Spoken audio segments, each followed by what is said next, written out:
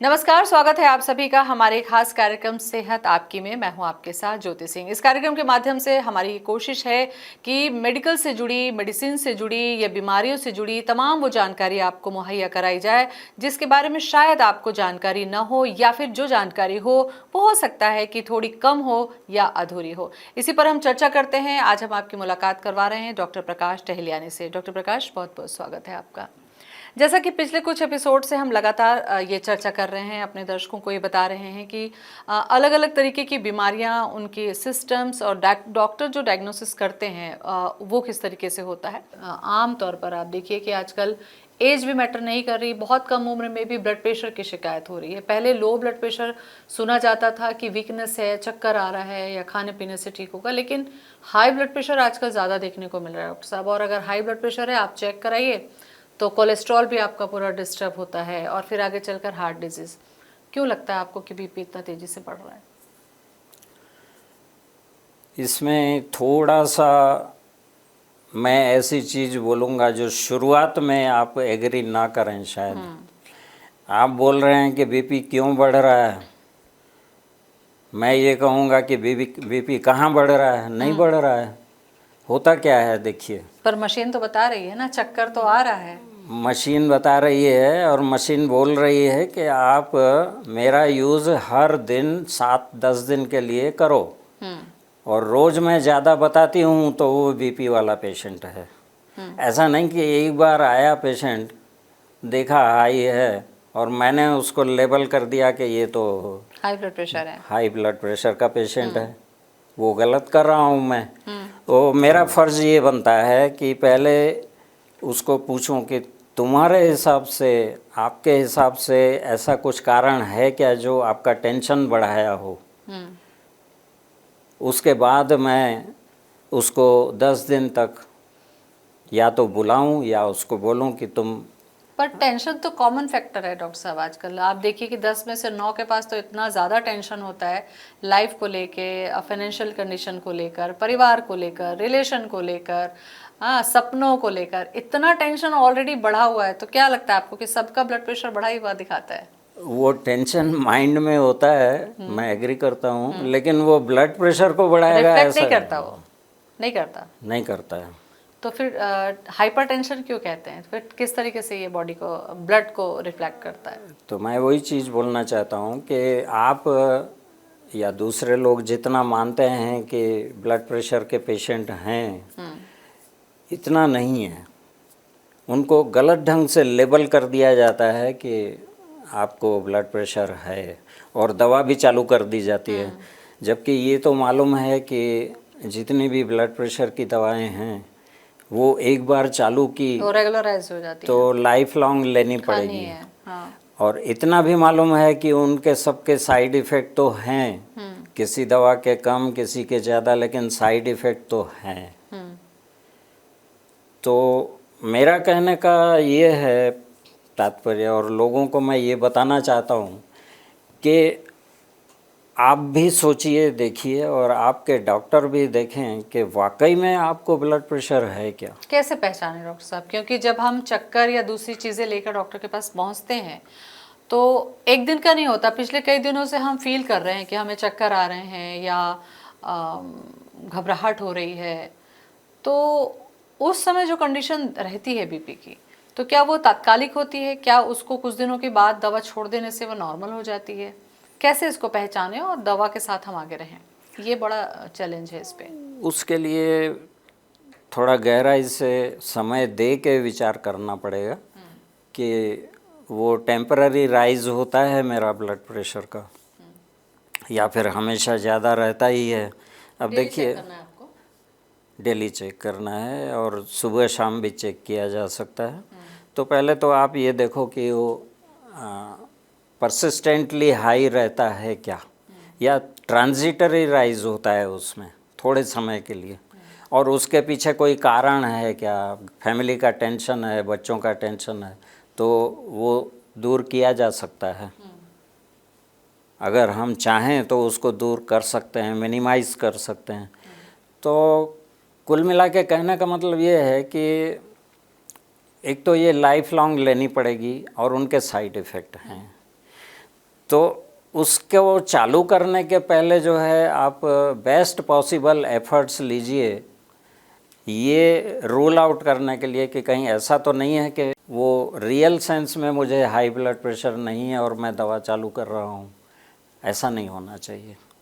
तो उसके लिए डॉक्टर का भी रोल आपका रहेगा इम्पॉर्टेंट, लेकिन डॉक्टर का कहाँ पे मतलब वो ये डिसीज़न आके रुकेगा कि आप उनको जो फीडबैक दोगे, आप उनको बताओगे अपना हिस्ट्री, मेरा दिनचर्या क्या है, मैं किस समय सोता हूँ, किस समय उठता हूँ, क्या फैमिली में मेरे मेंबर्स हैं, क्या टेंशन है मुझे, तो उसके बेसिस पे डॉक्टर भी जो है वो डिसाइड कर पाएगा, डायग्नोस कर पाएगा और फ्यूचर में कैसे उसको मैनेज करना है। क्योंकि देखिए 4-5 एक ब्रॉड ग्रुप होते हैं ये दवाओं के, तो ऐसा नहीं कि सभी दवाएं एक ही रास्ते से काम करती हैं। ब्लड प्रेशर की कुछ दवाएं जो हैं वो एड्रिनल ग्लैंड होती है उसके थ्रू काम करती है, कहीं पे बीटा रिसेप्टर्स होते हैं बॉडी में वहाँ पे काम करती है, उसके थ्रू काम करती है,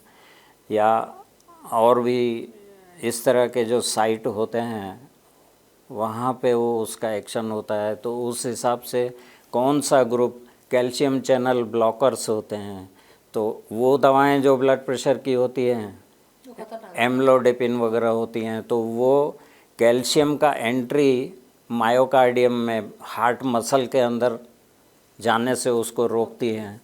तो ये सब चीज़ें जो हैं ना वो बहुत इम्पॉर्टेंट होती हैं कि कौन सी दवा पेशेंट को दी जाए। अच्छा, ब्लड प्रेशर होने का मतलब ये समझा जाता है कि आने वाले समय में हार्ट डिजीज के लिए आप तैयार हो रहे हैं। क्या ब्लड प्रेशर इस वजह से भी होता है डॉक्टर साहब कि हमारे हार्ट में कहीं पर ब्लॉकेज है या हमारे हार्ट में कहीं कुछ प्रॉब्लम शुरू हो चुकी है, या हार्ट डिजीज से रिलेटेड होता है ब्लड प्रेशर? ये थोड़ा सा बताइए आप। देखिए ब्लड प्रेशर की जो कारण हैं ब्लड प्रेशर के, तो हार्ट डिजीज़ के कारण ब्लड प्रेशर होता है या ब्लड प्रेशर के कारण हार्ट या ब्लड प्रेशर के कारण हार्ट डिजीज़ होती है, ये जानना। दोनों वे पॉसिबल है, लेकिन ज़्यादातर ब्लड प्रेशर के कारण हार्ट डिजीज़ होगी, संभव है। और ब्लड प्रेशर बढ़ने का कारण जो है किडनी डिजीज़, तो किडनी प्रॉपर फंक्शन नहीं कर पा रही है। किडनी का काम होता है फिल्टर करना ब्लड को, वो ठीक से किडनी काम नहीं कर रही है, तो उसके कारण ब्लड प्रेशर हो, रीनल हाइपरटेंशन उसको बोला जाता है। या फिर और एंडोक्राइनल काजेज़ होते हैं, उसके कारण ब्लड प्रेशर बढ़ सकता है। तो ये सब कारण पे डिपेंड करता है। लेकिन एक चीज़ मैं आपको बोलूं कि ब्लड प्रेशर की दवा कौन सी देनी है, क्या डोज में देनी है, वो बहुत ही इम्पॉर्टेंट चीज़ हो जाती है। अच्छा, बीपी के पेशेंट को क्या चेकअप कराने से, ऐसे कौन से चेकअप कराने से आपको ये पता चल जाता है कि ये जो ब्लड प्रेशर है आपका हार्ट को इफ़ेक्ट नहीं कर रहा है या हार्ट अब तक सुरक्षित है? हर बीपी पेशेंट के लिए क्या आप कुछ गाइडलाइन बताएंगे यहाँ पर, उन्हें क्या करना चाहिए अपनी लाइफ में? इसमें इंडिविजुअल वेरिएशंस बहुत आएंगे। कहने का मतलब ये है कि किसी की बॉडी का टेंडेंसी ऐसा है कि थोड़ा सा हाई लेवल ऑफ बीपी उसके हार्ट को काफ़ी असर करे, अच्छा। एडवर्स इफेक्ट करे, और किसी का ऐसा हो टेंडेंसी, नेचुरल टेंडेंसी। अब महात्मा गांधी का एक एग्जाम्पल है, हमारे देश के बाबू, राष्ट्रपिता, उनकी हेल्थ फाइल देखी गई तो उनका ब्लड प्रेशर जो है सिस्टोलिक रहता था लगभग 240, इतना ज़्यादा? 240, और डायस्टोलिक ब्लड प्रेशर जो है वो 140 या 160 भी रहता था। तो आप तो जानते हैं उनका डेथ हुआ 78 इयर्स की एज में, वो भी गोडसे ने शूट किया उनको तब। बाकी तो वो और लाइफ जीते, फिट थे वो, और फिट थे, और इतने ब्लड प्रेशर में, इतने ब्लड प्रेशर में, उनके हार्ट को कुछ भी नहीं हुआ, उनके किसी और आर्गन को, किडनी को, किसी को कुछ भी नहीं हुआ। तो ये पर्सन टू पर्सन ये पर्सन टू पर्सन वेरिएशन बहुत रहते हैं इसमें। लेकिन मैं यहाँ पे अपने पेशेंट्स में जो स्टडी मैंने की है, बीपी के पेशेंट्स में देखा है, वहाँ पे ये एक चीज़ मैं ज़रूर बोलना चाहूँगा कि लोग अपने दिमाग में वो टेंशन ना रखें, हवा ना बना के रखें कि मेरा ब्लड प्रेशर इतना है।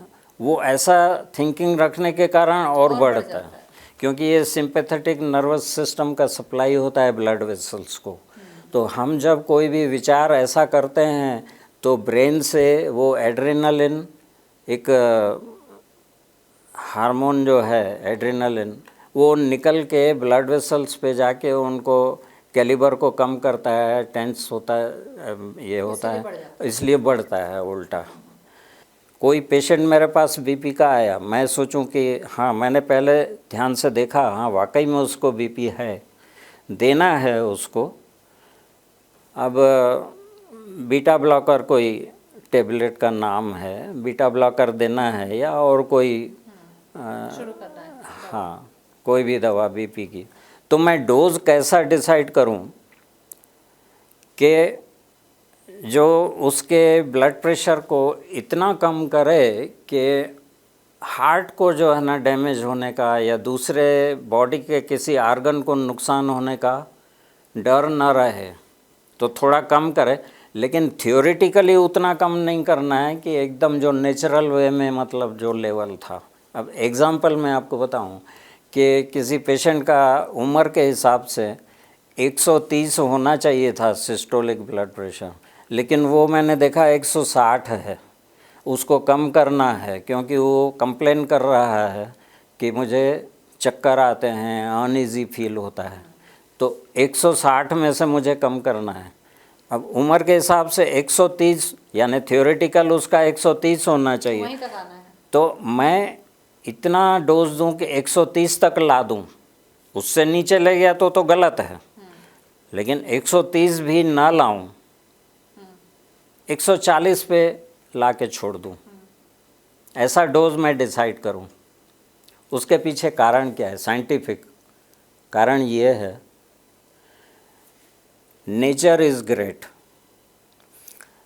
पहले वो ठीक था आदमी, अभी उम्र के साथ किसी भी कारण से उसका बीपी बढ़ा। नेचर ने ऐसा चाहा कि उसके हेल्थ के लिए जो है ये सही है। आप उसको कम करो, सेफ लेवल में कम करो। ज़्यादा कम करोगे तो वो अगेंस्ट नेचर हो जाएगा। फिर क्या होगा, जो ब्रेन है जैसे कि, तो हम मोस्ट ऑफ द टाइम्स खड़े रहते हैं या बैठे रहते हैं, तो अगेंस्ट ग्रेविटी हार्ट को जो है वो ब्लड भेजना रहता है ब्रेन के तरफ, अगेंस्ट ग्रेविटी। तो उसके लिए थोड़ा प्रेशर चाहिए। अगर एकदम कर देंगे तो वो नहीं पहुंच पाएगा, तो ऊपर सप्लाई नहीं हो पाएगा। किडनी तो नीचे हैं, वो अगेंस्ट ग्रेविटी हमें हार्ट को नहीं भेजना है ब्लड, वो तो ठीक है लेवल उनका, लेकिन वहाँ पे एक ज़्यादा प्रेशर ग्रेडियंट चाहिए, क्योंकि वो एक फ़िल्टर का काम कर रहा है। अच्छा, उसको भी प्रेशर चाहिए। प्रेशर चाहिए। अगर वो प्रॉपर प्रेशर नहीं होगा तो फिल्ट्रेशन जो है ना ब्लड का, वो किडनी में प्रॉपर नहीं हो पाएगा। तो जो वेस्ट प्रोडक्ट वगैरह निकलने चाहिए वो नहीं निकलेंगे, किडनी में से पास होके वो नहीं निकलेंगे। तो इंटेस्टाइन का जो ब्लड सप्लाई है, बहुत पतली पतली ब्लड वेसल्स होती हैं, तो वहाँ पे भी अंदर पेनिट्रेट करे ब्लड, उसके लिए थोड़ा प्रेशर ग्रेडियंट चाहिए, नहीं तो वहाँ पे ब्लड सप्लाई कम होगा। तो इस तरह के जो नेचुरल मैकेनिज़्म बने हुए हैं बॉडी में, उसको प्रॉपर वे में अलाउ करें हम, उसके लिए ये ज़रूरी रहता है। अच्छा, इसके ठीक उलट अगर आप देखें तो लो ब्लड प्रेशर की भी शिकायत बहुत लोग करते हैं। तो फिर ब्लड प्रेशर अपने अगर नेचुरल आप देखिए तो अगर वो मैनेज कर रहा है तो फिर अचानक से वो इतना लो कैसे है कि किसी का हम देखते हैं कि 100 है और 80 जो है वो 60 तक पहुंच चुका है और नॉर्मल उसी में वो रह रहा है। तो क्या ये नेचुरल है कि इसके लिए भी हमको कुछ देखना है, ध्यान देने की ज़रूरत है? बहुत ही एक्सलेंट और काम की चीज़ आपने पूछी है। वो इसलिए क्योंकि मैं आपको बताऊं, लगभग 100 पीपल को हम लें तो उसमें 30 तो आपको मिलेंगे जिनका नॉर्मल से लो बीपी रहता है, या 20 तो पक्का मिलेंगे। रेगुलर रहते हैं हाँ। वो ऐसा नहीं कि उस समय कम हुआ, उनका आप नॉर्मली भी देखो ना उतना ही रहता है। तो उतना ही रहता है, कम रहता है। और दूसरा पॉइंट ये मैं बोलूँगा कि हाइपोटेंशन यानी कि लो बीपी अपने आप में एक एंटिटी नहीं है, ऐसा कोई एंटिटी है ही नहीं मेडिकल साइंस में। हाइपोटेंशन नाम का एंटिटी नहीं है, वो नेचुरल है, मतलब थोपा गया। किस तरह से थोपा गया? एक्सीडेंट हुआ, ब्लड लॉस हुआ, बॉडी का ब्लड काफ़ी निकल गया, तो वो हाइपोटेंशन में जाएगा पेशेंट। हाँ, क्योंकि ब्लड निकला है वहाँ पे, ब्लड लॉस हुआ, या इंटरनल हेमरेज, कोई डिजीज़, कैंसर वगैरह के कारण कहीं भी, या कोई भी दूसरे कारण से इंटरनल हेमरेज हुआ, उससे बीपी कम हो गया। बाकी डिजीज़ डिजीज मानते हैं, इसका भी ट्रीटमेंट करते हैं, इसीलिए मैंने पूछा आपसे कि क्या ये नहीं, नॉर्मल ना तो ये डिजीज़ है अपने आप में और ना इसका कोई ट्रीटमेंट करने का ज़रूरत है। वो नेचुरल है। वो नेचुरल है। सिर्फ पानी पीने को बोलिए, थोड़ा जूस वगैरह फ्रूट का सेवन करें, और खान-पान पे ध्यान। हाँ, जो टेम्पररी उसका ऐसा हुआ है, बीपी कम है तो टेम्पररी है, वो इम्प्रूव हो जाएगा और नेचुरल टेंडेंसी है उस पेशेंट का। उसके लिए ट्रीटमेंट नहीं जाने की ज़रूरत है। हाँ, तो काफ़ी महत्वपूर्ण जानकारी आज हमने आपके साथ में शेयर की और ये सिलसिला लगातार ऐसा ही चलता रहेगा। गंभीर बीमारियों से जुड़ी गंभीर बातों को हम आप तक पहुंचाते रहेंगे। फिलहाल इतना ही। नमस्कार।